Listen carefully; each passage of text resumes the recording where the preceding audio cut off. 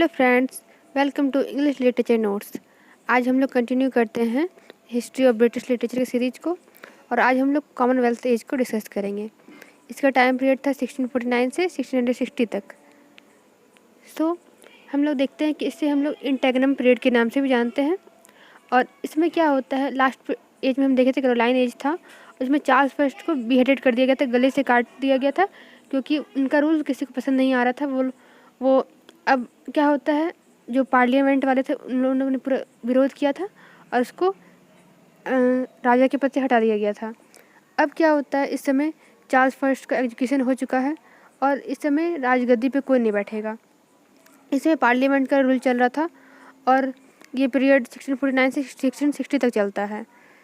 इसके बाद फिर अगेन चार्ल्स फर्स्ट के बेटा चार्ल्स सेकंड जो है वो आते हैं और फिर से मोनार्की रिस्टोर होता है। तो ये पीरियड जो है, इस समय देखते हैं हिस्टोरिकल कंटेक्स्ट क्या था। तो marked by rule of Oliver Cromwell when the Puritan government, इस समय कोई रूल नहीं कर रहे थे। ये ओलिवर क्रॉमवेल जो कि पार्लियामेंट की तरफ से ही रूल कर रहा था, कोई राजा नहीं था इस समय, और इसमें प्यूरिटन गवर्नमेंट था। और इसका कैरेक्टरिस्टिक्स देखें तो literature reflected political and religious change with drama suppressed and religious prose flourishing. तो ये प्यूरिटन्स लोग जो होते हैं वो बहुत ज़्यादा रिलीजियस होते हैं, वो लोग बहुत ज़्यादा रूल्स फॉलो करते हैं और एकदम स्ट्रिक्ट होते हैं। और ये लोग ये शानो शौकत वाला ज़िंदगी बिल्कुल पसंद नहीं करते हैं, ये सिंपल एंड रिलीजियस रहना पसंद करते हैं। तो इस समय जैसा कि वहाँ का ये सिचुएशन था, उस तरह ही लिटरेचर भी लिखे जाने लगे, पॉलिटिकल रिलीजियस चेंज आने लगा, उसमें ज़्यादा रिलीजियस प्रोज लिखा जाने लगा। हिस्टोरिकल कॉन्टेक्स्ट देखें तो एंड ऑफ मोनार्की का एंड हो गया था, राजा को हटा दिया गया था पद से।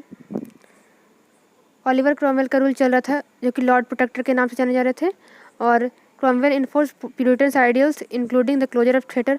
और ये लोग बहुत ज़्यादा जैसे बताएं कि रूल्स फॉलो करते थे, थिएटर देखना पसंद नहीं करते थे, कोई बुरा चीज़ देखना पसंद नहीं करते थे, ये लोग भगवान को बहुत ज़्यादा ही मानते थे। तो इन लोगों ने थिएटर ही बंद करा दिया था, थिएटर को दिखेगा ही नहीं, उसमें बुरा चीज़ दिखाया जाता है। Religious and political tension, the Puritans emphasised moral discipline and religious devotion.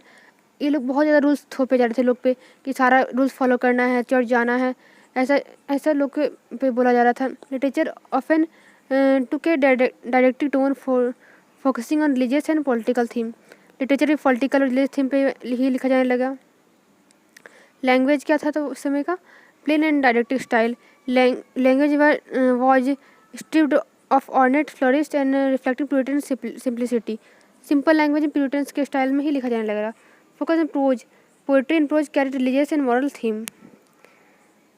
Literary style देखें तो रिलीजियस एंड पॉलिटिकल थीम पे लिखे जा रहे थे, प्यूरिटन्स रूल को ज़्यादा दिखाने की कोशिश किया था। ड्रामा का पूरा डिक्लाइन हो गया था, थिएटर क्लोज हो गया था 1642 में ही, और no significant new play were written और परफॉर्म। इसमें कोई भी नया प्ले नहीं लिखा गया, न परफॉर्म किया गया। तो क्या क्या जनरल से तो रिलीजियस प्रोज लिखे जा रहे थे, epic poetry, allegory, political trade, pamphlets, ये सब सारे लिखे जा रहे थे। मेजर ऑथर थे जॉन मिल्टन इस समय के, जिन्होंने अपना पैराडाइज लॉस्ट लिखा था जो कि एक रिलीजियस टाइप का ही एपिक पोएम है। एरोपेजिट्रिका लिखे थे इन्होंने जो कि एक defence of freedom of speech and the press है। और एंड्रू मार्वेल समय कुछ पोइट्री लिख रहे थे अपना। थॉमस होब्स थे, रिचर्ड वेक्स्टर थे, लूसी हचिंसन थे जो कि कुछ अपना वर्क लिखा कर रहे थे इस पीरियड में। नेक्स्ट देखते हैं कि पोइट्री कैसा था। तो मिल्टन और मार्वेल का पोइट्री लिखा जाता है, dominate the period with their focus on political and religious and human nature. Poet like Milton use their work to reflect on divine justice and morality. Drama बिल्कुल बंद हो गया था, थिएटर बैन हो गया था, shift to prose and poetry और पोई लिखा जा रहे थे, ड्रामा बिल्कुल लिखना बंद हो गया था, सारा प्ले हाउस वगैरह थिएटर वगैरह सब क्लोज थे।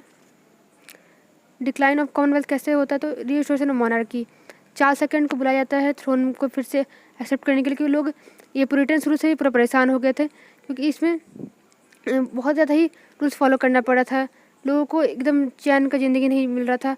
तो वो फिर से राजा को बुलाते हैं चार्ल्स सेकंड को और बोलते हैं कि आके अपना राजगद्दी संभालो। Revival of drama and literature, theatre फिर से ओपन होता है जब 1660 में चार्ल्स सेकंड आते हैं। तो अब नेक्स्ट पीरियड में हम लोग रिस्टोरेशन एज ही पढ़ेंगे, देखेंगे कि कैसे मोनार्की रिस्टोर होता है और क्या क्या स्टार्ट होता है फिर। इन कंक्लूजन हम लोग कह सकते हैं कि Commonwealth age was a time of literary restraint but intellectual depth, although drama decline, religious prose, epic poetry and political writing flourished, living on enduring impact particularly through the work of Milton and Marvell. So thank you and like, subscribe and share.